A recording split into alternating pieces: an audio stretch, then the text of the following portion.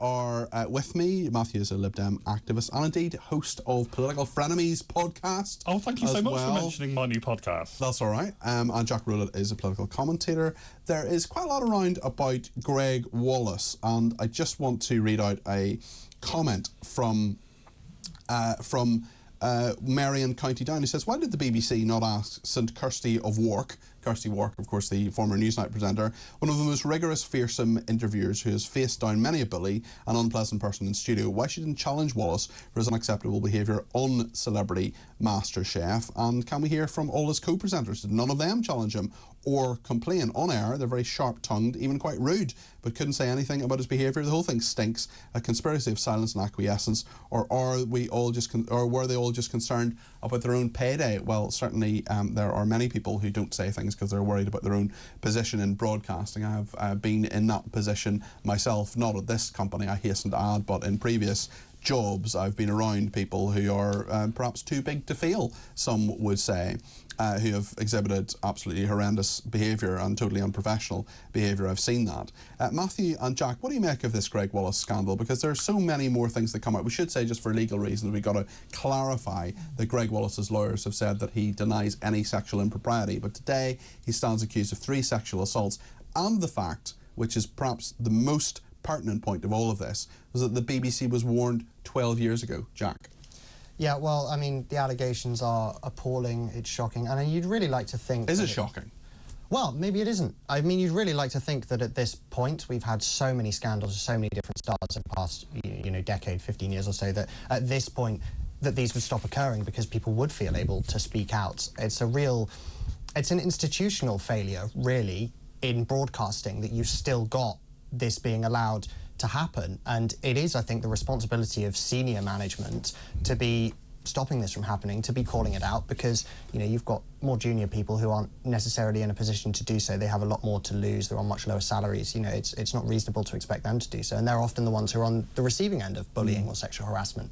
So I do think it's absolutely appalling, and it really reflects the fact that we haven't made anywhere near as much progress as I think a lot of us would like to think we have. Should say that MasterChef is made by a company called Banter. It's a production company and made for the BBC. They said on Thursday, while these complaints have not raised the allegations directly with our show producer, complainants have not raised the allegations directly with our show producers or parent company Banter UK, we feel that it is appropriate to conduct an immediate external review to fully and impartially investigate. While this review is underway, Gregg Wallace will be stepping away from his role on MasterChef and is committed to fully cooperating with the process. The BBC has said, we take any issues that are raised with us seriously, and we have robust processes in place to deal with them. I mean, they don't, do they? Well, it sounds as if they don't. I mean, I agree wholeheartedly with Jack. These sound like really bad things that have allegedly happened. I mean, just on your text there, and I hope this wasn't what they were intending on doing, but in terms of Kirsty Wark, I mean, that did sound a little bit like victim blaming. I mean, we weren't in that situation. She's not a victim, though. We were... Well... She hasn't been. She's not alleging that she's been sexually assaulted. She says that she was around and in the room when he made these horrible comments. Yeah, but we don't know what the feeling. We don't know how. All I'm saying is that this. If it's true, this is all on Gregg Wallace. It's not on anyone else. This is all on Gregg Wallace. Well, it is on other people. It is on other people as well. Yeah. It's on BBC management. Yeah. It's on management of the production company. Yeah. But it is also, I mean, you have people like Kirsty Wark, who I work with. I know her a bit. I respect her a lot. She's speaking up now, but the question may well be, well, why didn't you speak up previously? But also, within that, we have the fact that Emma Kennedy, who was someone who appeared on Celebrity MasterChef, did speak up 12 years ago, did make a complaint, and unsurprisingly, nothing was done. The talent, as they call it, the presenter, was absolutely cosseted from this, and Gregg Wallace was allowed to continue to present that programme for over a decade. I mean, the strange thing for me is that apparently, allegedly, he'd had these interactions where he did his banter, as he wants to call it, I hate that word, and then asked for those bits to be not shown in the programme. Now, I absolutely take Jack's point that producers, etc., can be quite low down on the pecking order of the BBC, and they may have not felt that they could have challenged that. But did no one higher? Surely people higher up must have been aware that this was happening. and that he was asking for bits that might have embarrassed him to not be put out on air. You're absolutely right on that point. And Louise Haigh, who's I think a former director of television for the BBC, certainly a very, very senior person, said it no longer there, says it is inconceivable that bosses didn't know about this. And that raises many, many questions, not just about Gregg Wallace himself, but about management of the production company and the BBC. Yeah, it does. I think also, I think it's really important to take into account the fact that the kind of power dynamics can shift, and you can have someone like Kirsty Walker, who's obviously, you know, a powerful, influential figure in one way, but if she's the only person in the room who, you know, speaks out on that, then that puts her in a very difficult position, and that potentially, you know, harms her job, harms her career progress. You know, so I think it's unfair to blame individuals other than Gregg Wallace if the allegations are true. It is more of a systemic failure, and it's the type of systemic failure that we have seen over and over and over again. And until broadcasting companies get their house in order and have proper independent complaints procedures that people have faith and trust in, we're going to see this happen over and over again. And don't you think as well, Peter, and again, maybe this is right, maybe this is wrong, but I worked in radio about 20 years ago now, gosh, I'm so old, and there was sometimes a feeling in radio newsrooms that, yeah, sorry, that's just a bit what he's like, and sorry about that. Creative tension. Yeah, absolutely. And just kind of, oh, no, it's not good, is it? None of us are really happy about it, but it's just what he's like. And I'm not saying it should be like that. You didn't see this kind of behaviour, though. I mean, there's a difference between... Look, I would argue, having worked in broadcasting for sort of on and off, really, for about 15 years, nearer 20 years probably, that you know, journalism is full, and broadcasting is full of eccentrics. It's full of people whose, you know, sometimes their personality is part of their job. I mean, the people who present shows on TV, and perhaps I'm one of them as well in this regard, you know, are not straightforwardly normal people. Otherwise you wouldn't do the job, and you wouldn't be someone who they want to do the job. I mean, it is full of eccentrics. I would say myself maybe a bit of an eccentric as well, and actually that's part of it. But there is a difference between knowing right and wrong. I'm not saying I'm Mother Teresa, I've never made a mistake. Of course I have. But this kind of alleged behaviour over and over and over again, management would have known, and management apparently did nothing about it, and that's the point. I agree. I wholeheartedly agree. There isn't a dispute here, but I'm just thinking that, yeah, we can institutionally blame the BBC, but when these figures are so popular, right, in the general populace, which obviously Gregg Wallace has been and may continue to be, who knows,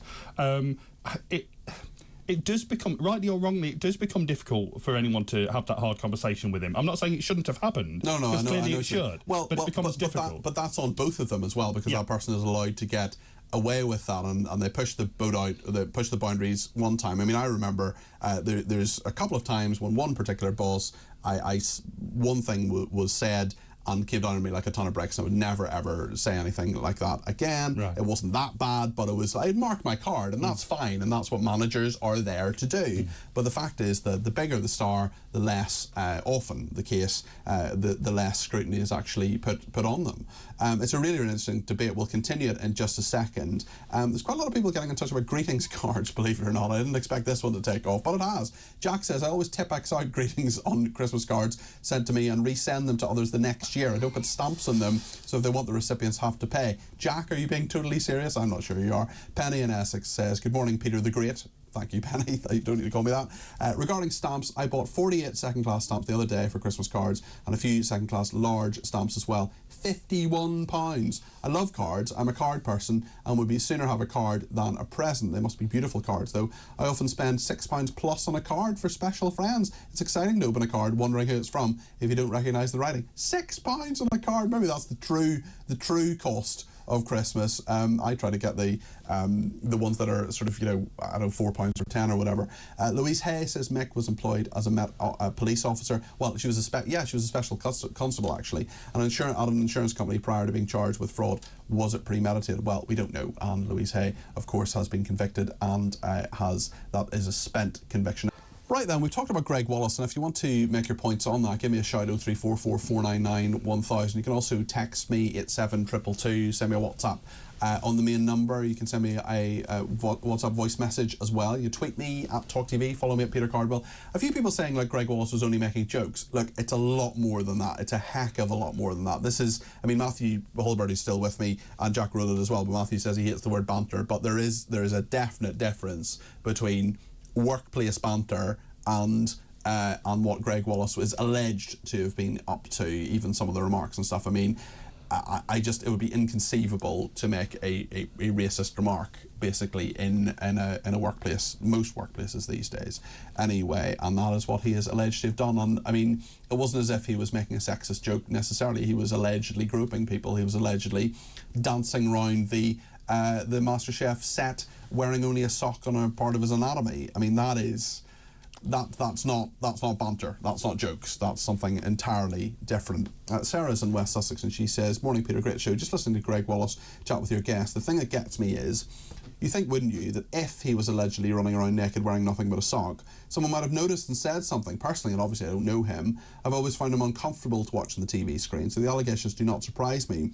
But why do people not speak up? How many BBC employees is it now who have ended up in hot water one way or another?" Sarah, you're absolutely right. I mean, the thing is, Sarah, to answer your point, I mean, I've been a very junior employee on certain programmes. I've been a more senior person.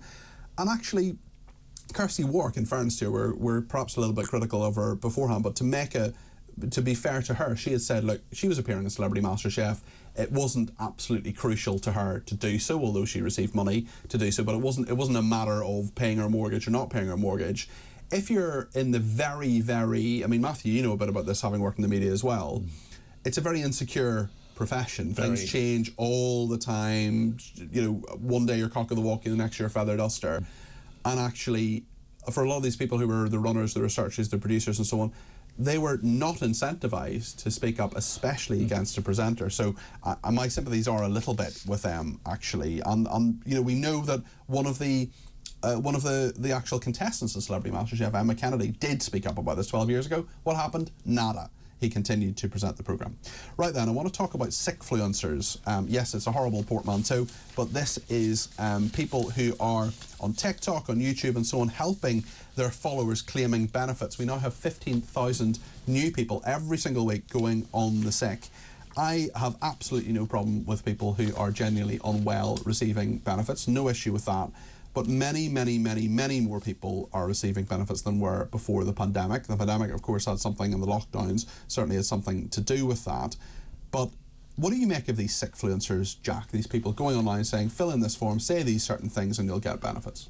Well, I don't really have much of a problem with the, quote, sickfluencers themselves. I mean, ultimately, they are only guiding people through a government-designed process using a government-designed framework. But if they're encouraging them to exaggerate or talk about, you know, suicidal ideation, for example, that's not ethical, is it? I think the problem is, too often previously, we've had these really opaque processes that disabled people and sick people really struggle to access and work their way through, and they don't know what to say and what not to say, and as a result lots of those people have not had access to government support previously. And I think what those sickfluencers were, many of them were trying to say was, you know, if you have had suicidal thoughts, make sure you mention that. Certainly I know the ones in the Times story deny that they're encouraging people to claim illegitimately.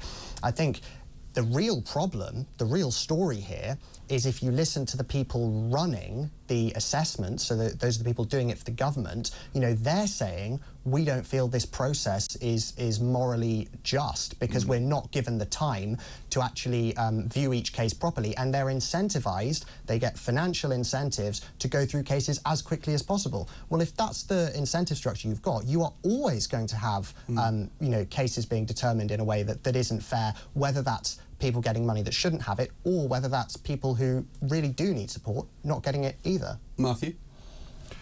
I largely agree. I mean, it does sound to me that, you know, this is basically largely signposting people to who, you know, are perfectly entitled to claim benefits, to know what to do, and it can be a really hard system to navigate, as Jack quite rightly says. I worry that stories like this feeds into a kind of demonisation of people on benefits. Now, let me just say straight off that I'm sure there are those, I'd like to think a minority, that try and play the system, and of course those people should be rooted out and dealt with. Well, it's legitimate to talk about it, isn't it, Matthew? Yep, because you've got 15,000 people awake, many more than in the pandemic. It was about 1,000 a day, a working day, during the pandemic. Now it's more like 2,500 per working day. And actually, that is really, really worrying for a society. Aside from the financial aspect of it, aside from the fact that they're taking hard-working taxpayers' money, and as I say, that's fine. If you're genuinely ill, that's okay. But actually, there are lots of people who've never, quite literally never worked a day in their life. Lots of young people going on the sick for lots of different reasons. And that in itself, I think, should concern us a lot more. Because we've got to get people, there's a lot of dignity in work, getting up, going to work every day. There's a lot of, it's very good for your mental health. You're interacting with people a lot of the time. We've got to get people back to work. We've got to increase productivity. How do we do that?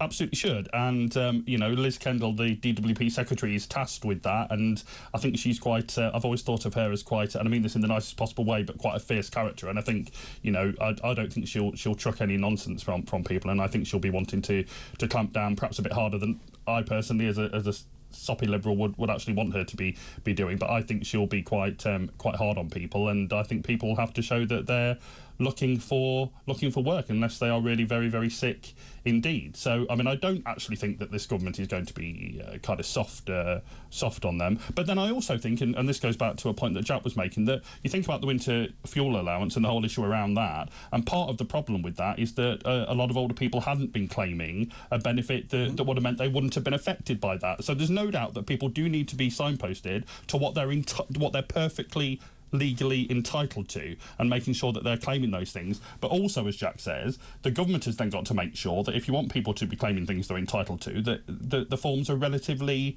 easy to fill out, instead of it all being really difficult. But if someone's going to go on the sick, essentially, if someone's going to receive benefits for life for a very, very long period of time, shouldn't be the case. That should be a rigorous process, shouldn't it? Yeah. That should absolutely be a rigorous process. But I have to say, I've had a couple of times in my life, so I talked about working for the radio. I was then subsequently sadly made redundant, along with a whole lot of people, when a new boss came in. And so, I had to claim for a while, and I absolutely hated it. I couldn't wait to get any job to get off that. Quite how people stay as part of that system for life when you're kind of talked down to by some of the DWP people and treated like not a very good thing. Quite how people stay in that system persistently. Did that help you when you're unemployed? Did you feel you were actually being helped back into work? No, I went out and found myself a job. It wasn't very little help at all. It's a very long time ago now. Yeah. But I didn't think there was any help at all. So, I think it has to be carrot and stick with a system like this. Have you ever been unemployed, Jack? No.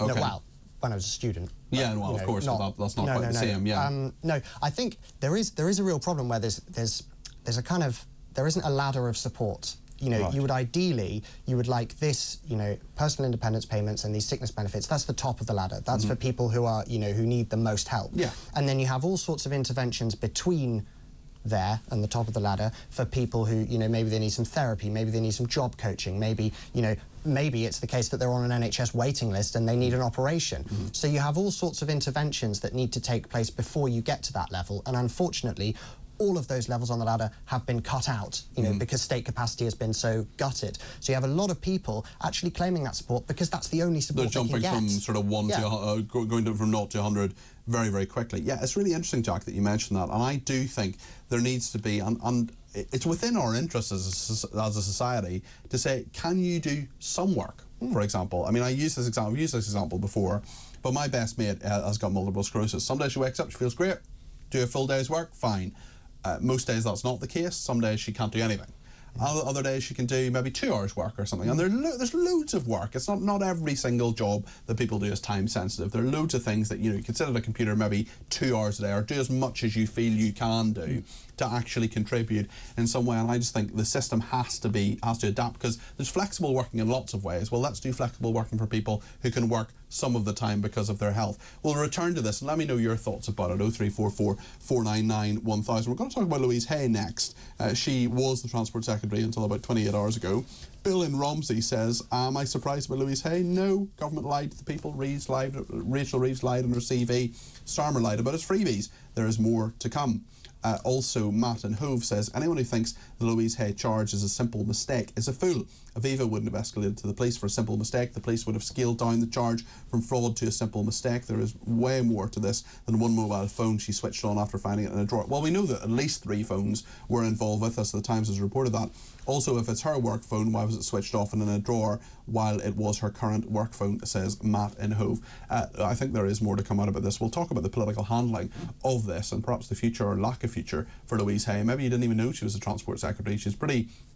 she's certainly very noticeable with her red hair, but actually, was this a hit job against her? Had it been brewing for months? What about Heidi Alexander, the new Transport Secretary? She is the godmother of ULEZ. Are you worried about that? Stay with us here on Talk. We'll talk to Matthew and Jack about that in just a minute. Thank you to Mike on Twitter. He says, come on, Peter, I know you said Kirsty Wark is a mate. I mean, she's not, I wouldn't say we're friends. I know her. I used to work on Newsnight a while ago. She's been very good to me at various points. Helped me out with a flat at one stage, as in pointing me in the direction of going to live somewhere. But anyway, that's not the point. The point is that Mike says, come on, Peter, I know you said Kirsty is a mate, but to believe that she felt she couldn't speak up about Gregg Wallace at the time is beyond ridiculous. So the question remains, why did she not? Adrian says, for me, the whole Gregg Wallace thing is pathetic. So he's the embarrassing uncle who often says something inappropriate and people were made to feel uncomfortable. So what? If they didn't like it, they should learn to stand up for themselves, grow up and stop being such pathetic victims. Adrian, are you aware of the whole allegations here? This wasn't just someone making, like, a dodgy remark. This is about people being, you know, allegedly sexually, being groped sexually, alleged sexual assault here. And also the fact that, you know, dancing around a set naked. I mean, that is just so beyond anything that should ever happen.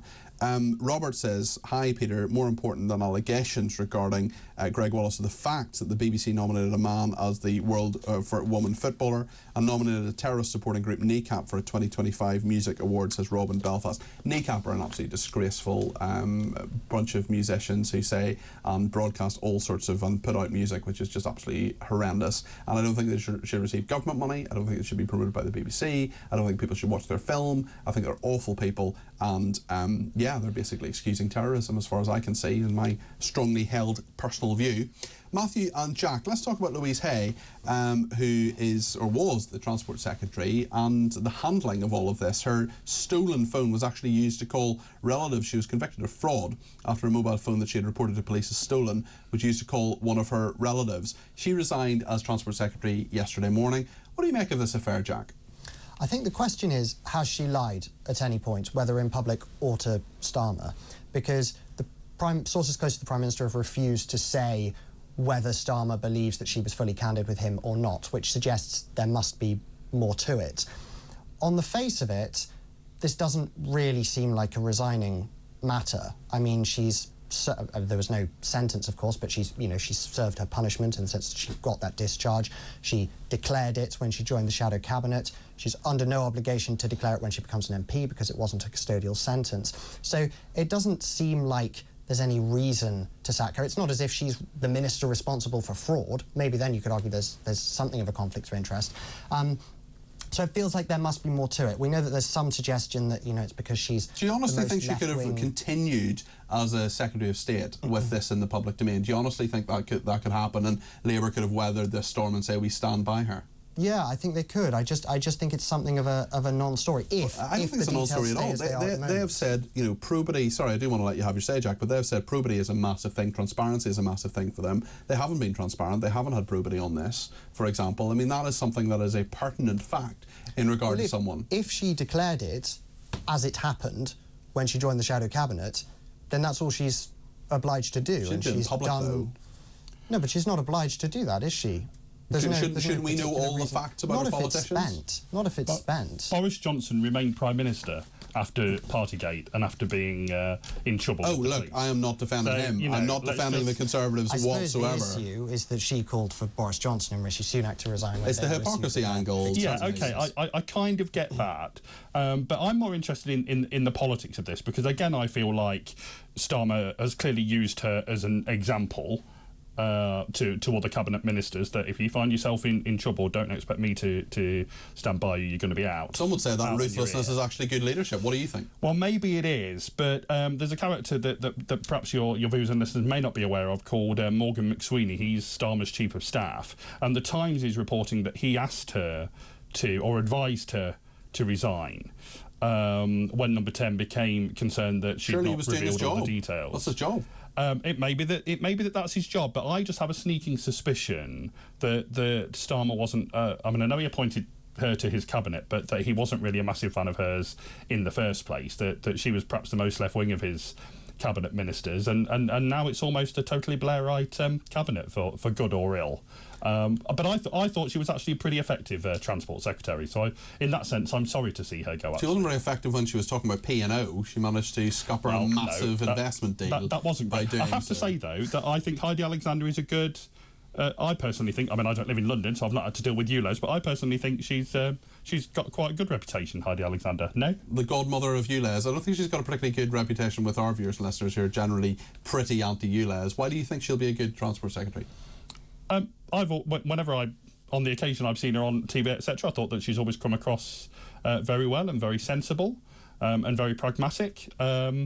And ultimately, we've got to do something about climate change. So I know I can say this as I don't live in London, but from an outsider, I'm always rather in favour of ULEZ, to be honest. Well, a charge that you have never had to pay. True. Matthew, and there are lots of small businesses and people and trying to get to and from work, you have to pay £12.50 a day and are not very happy about it. Jack, and it's not just London, actually, it's right throughout the UK. There are various schemes, low traffic neighbourhoods and so on. It's a very controversial issue. Jack, what do you make of this in regard to Heidi Alexander? Well, I think she's a good pick. She's someone who cares about transport, has a passion for transport, wants to get more transport infrastructure built. I always feel whenever we're on together there's too much agreement, but I agree that I don't have much of a problem with ULEZ. I think people driving polluting vehicles need to stop expecting other people to pay for the pollution that they're causing. Absolutely. So I don't necessarily have a problem with that. I think it's What do you mean pay for the pollution they're causing? What do you mean by that? Well, their vehicles are polluting. Mm-hmm. The community at large has to deal with the consequences of that through lower quality of air and through the effect that has on climate change too. And everybody else has to pay for that if you don't have some sort of charge to account for the fact that you are causing that damage if you are driving a polluted vehicle. It's not my responsibility as someone who, I don't drive. It's not my responsibility. Neither do I. It's not our responsibility then I think pick up the tab basically every for other driver people's pollution. Basically every driver who watches and listens to the station would disagree with you. Although maybe you agree. Let me know your thoughts. 0344 499 1000. Let's talk about migration for a second, because net migration has hit a record high of almost 1 million last year. Do you think the Labour government is going to get a grip on this, Jack? Well, it seems to be coming down anyway, doesn't it, because of the measures brought in under the Tories to stop master students in particular from bringing family members over. So I think it is likely to continue falling, and it may well be the case that Labour get to actually take credit for stuff that really happened on the Tories' watch. The numbers are very, very alarming. I'm not someone who's particularly anti-migration, but if you've got best part of 1 million people coming into the country, and we've built 240,000, or are on track to build 240,000 houses this year. It's nowhere near enough. Our infrastructure is creaking as it is. I think we need to be much more disciplined about who we're letting into the country, and we need to be much more picky, if you like, because there are, house building. The Labour government wants to get house building up. We don't have the skills currently to build those houses, so we are going to need immigrants to do that. And there are other sectors of the economy. Well, yeah.